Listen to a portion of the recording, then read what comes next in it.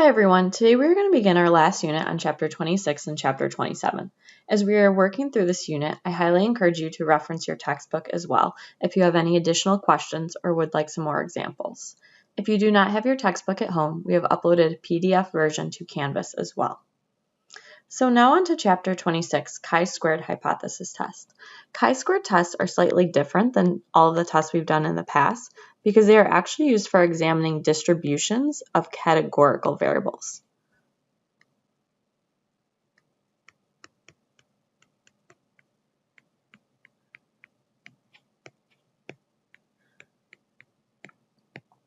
There's three different types of tests. So there's a test of homogeneity, goodness of fit test, and a test of independence. A test of homogeneity tests whether or not all categories are the same.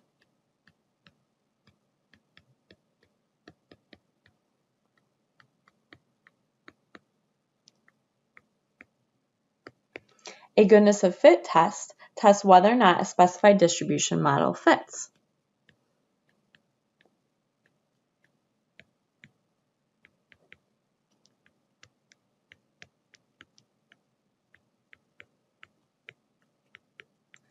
And finally, a test of independence assesses the relationship or independence between two variables.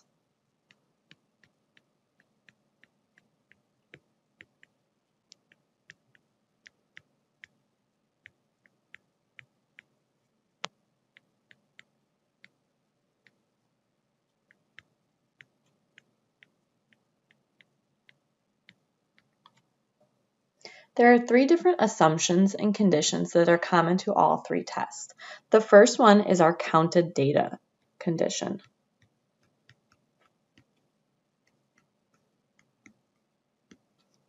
So in this case, all of our data must consist of integers or counts.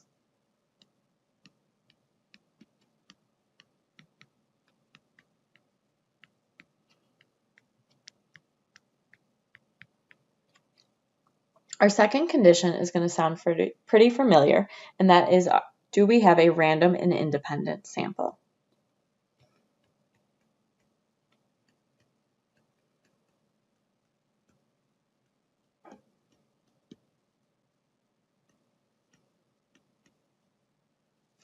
And then finally, our last condition is called the expected matrix cell count. And this condition requires that all expected cell counts are greater than or equal to 5.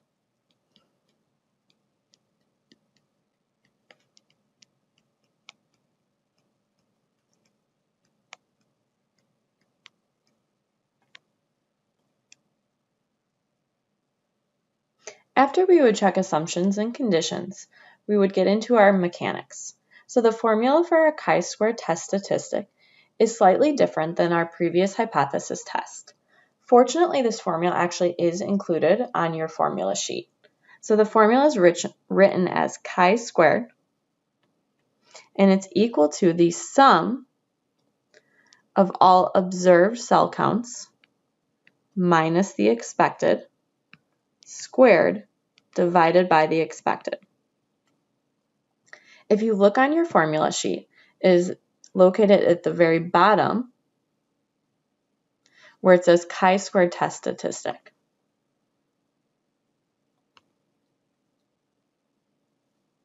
Notice in our formula in the numerator, we're taking the observed minus the expected and squaring it. Because of this, we will only be working with positive values, and that will actually affect our curve later on as well. So the formula is the same for all chi-square tests, but the expected matrix is different. The degrees of freedom for a one-dimensional table is equal to the number of cells minus 1.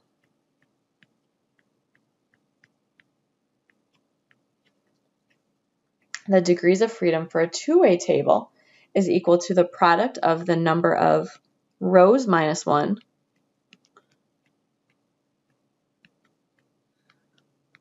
times the number of columns minus 1.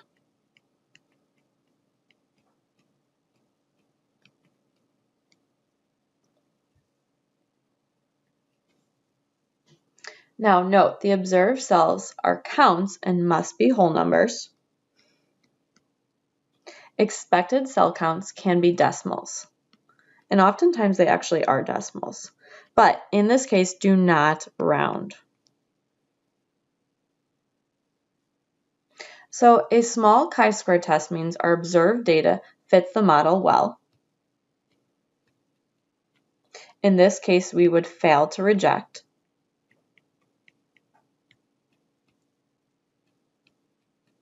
Whereas a large chi-square test means our observed data does not fit the model well, and we would most likely reject. Our hypotheses are actually going to look slightly different for chi-square tests, and we'll talk about that once we get into our first chi-square test. Now, when we were talking about the formula, we looked at the numerator and how our numerator is always going to be positive. Because of that, chi-square tests are always one-sided tests. So your distribution is going to look slightly like this.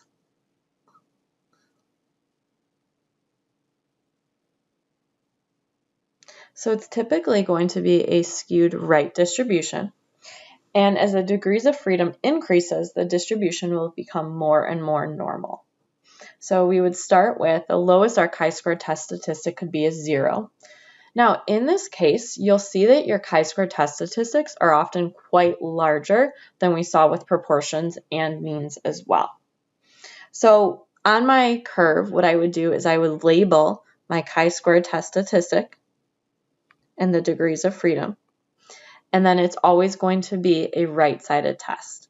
So inside here would be my p-value.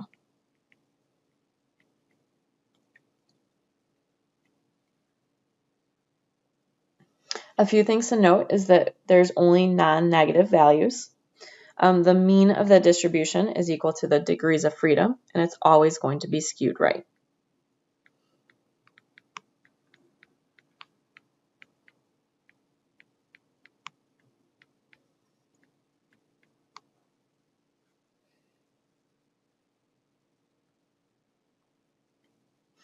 Now, chi-squared and causation.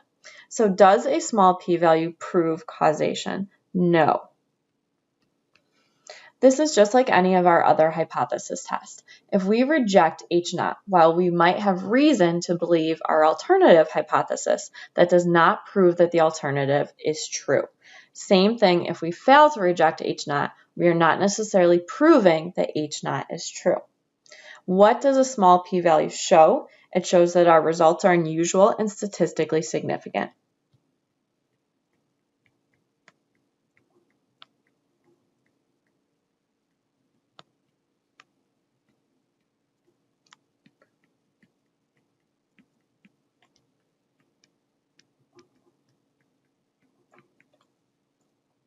Lastly, there's 3 things that can go wrong with chi-square tests, and a more thorough explanation can be found in your book on page 639.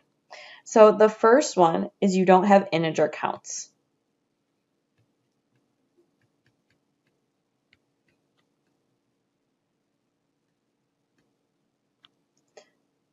Remember, our observed data has to be integers or counts. The second one is to beware of very large samples.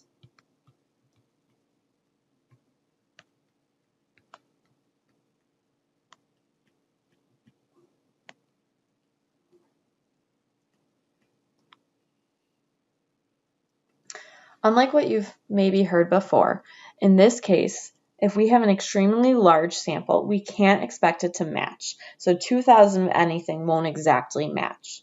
And then our third one is saying dependent because we failed to reject a test of independence.